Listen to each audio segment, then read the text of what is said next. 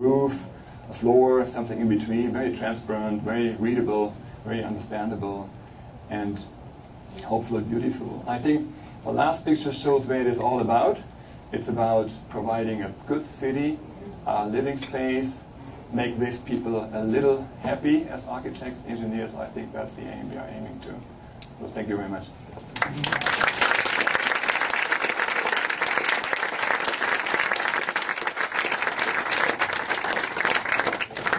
Well, I think that was spectacular. Maybe just a few minutes of questions? Oh, yeah. And then we'll break.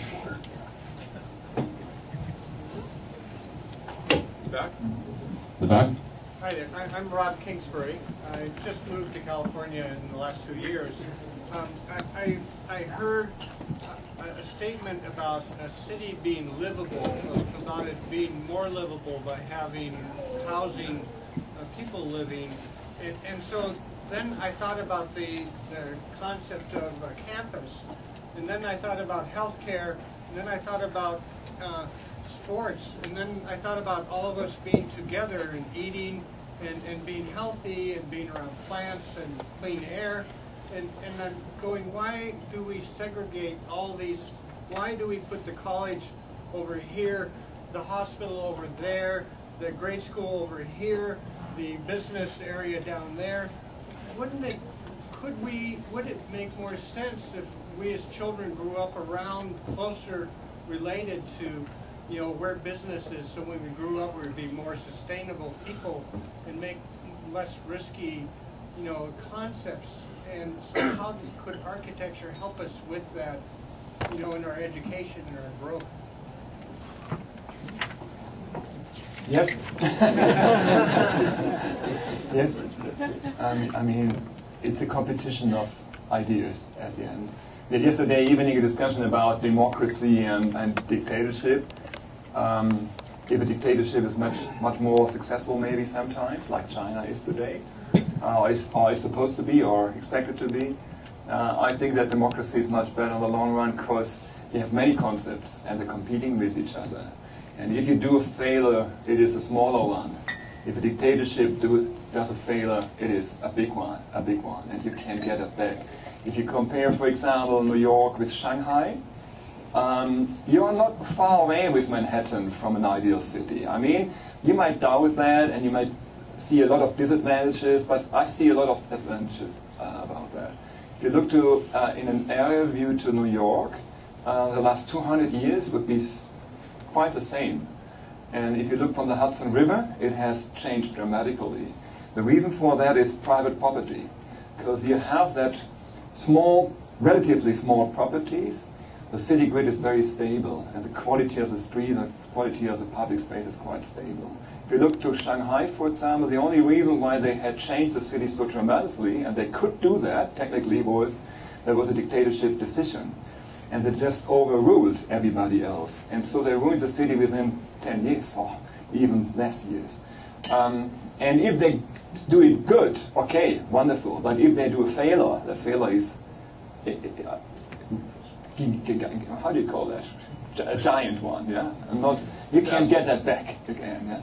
So I think when you're talking about that mixture and that vitalization and that bringing things together, yes, we had a lot of silly ideas in the 60s about segregation, and that is wrong, simply wrong. That was based on endless availability of oil and things like that. Intelligent people in the 50s, 60s knew already that this is not the case. There was calculations done, and even if they were not just 100% right, generally they were right. It's an ending resource, and the kind of desperately depending on oil like our societies in Europe and America are, this is a shame. This is really a shame. They should have done better. But it's not too late. I mean, we have to change that. And I'm not claiming that we are doing the right things. I just say we try quite hard. And if everybody tries, I think that is the only thing we can do. One last question. Can you comment on Germany's decision to subsidize solar panels and how that might be affecting your practice and architecture? Yeah, it's difficult to explain. I mean, they did that for a while. I mean, they do still, but they lowered the support. Because they found out that solar panels are not the only solution. Again, I mean, you have to have many solutions. Generally, it's about fear. The Germans had that kind of being afraid about a war again. And if you remember the 80s, early 80s, late 70s, the beginning of the Green Movement was originally about fighting against American missiles being positioned in Germany. That was the origin of that all. And that was about fear. And then the second aspect was some hippie aspect in a way, because they were very much oriented on that what we call muesli, yeah? Getting healthy food and things like that, which is very important. But again, it's about you, yeah, your fear, your health, and things. That is how it all started. And then I think in '81, the Green Party was founded, and it was in a way really natural to vote for them. I mean, I voted for them for 2 decades, and they were seen as being leftists. They were never leftists. They are also today they are not leftists. There's a bourgeois party in a way, and they're very conservative in a way. And it took a while finding out that the conservatives are from the same side of the table as the Greens are. But I think it's going to happen to be a kind of common understanding that Green is not just a leftist position. It is a position in the middle of the society. And then in the mid-80s, when they started to get into the government, they put all these things on the table, like supporting solar panels and supporting wind parks and things like that. I think there is one reason for it, which is honest.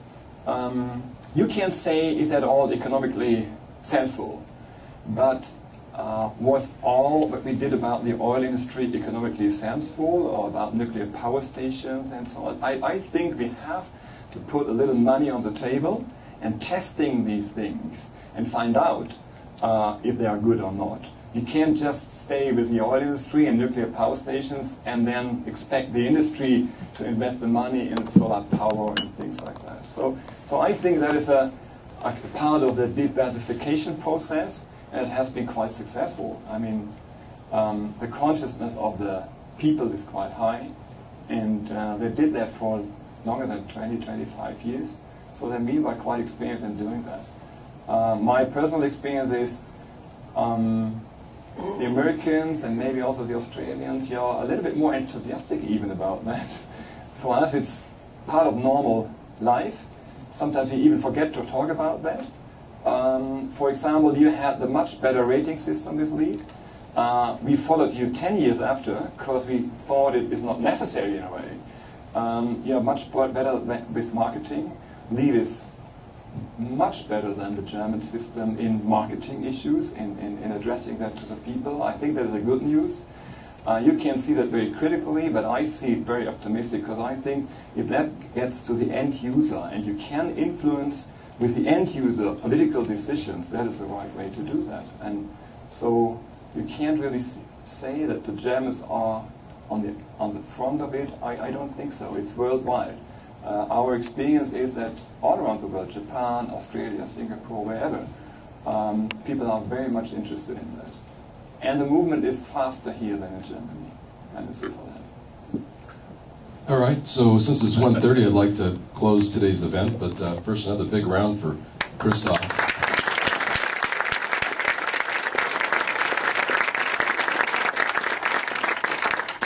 Also, I wanted to give a special thanks to Whitney Paybody from our office.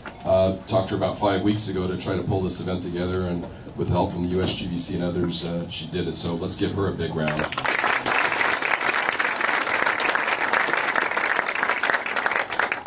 And finally, on your way out, there's a little table on the side. There's a recycled bag here that you can do some shopping when Union Square as you head out the door. It's made from recycled milk cartons. So thanks so much for everybody coming today.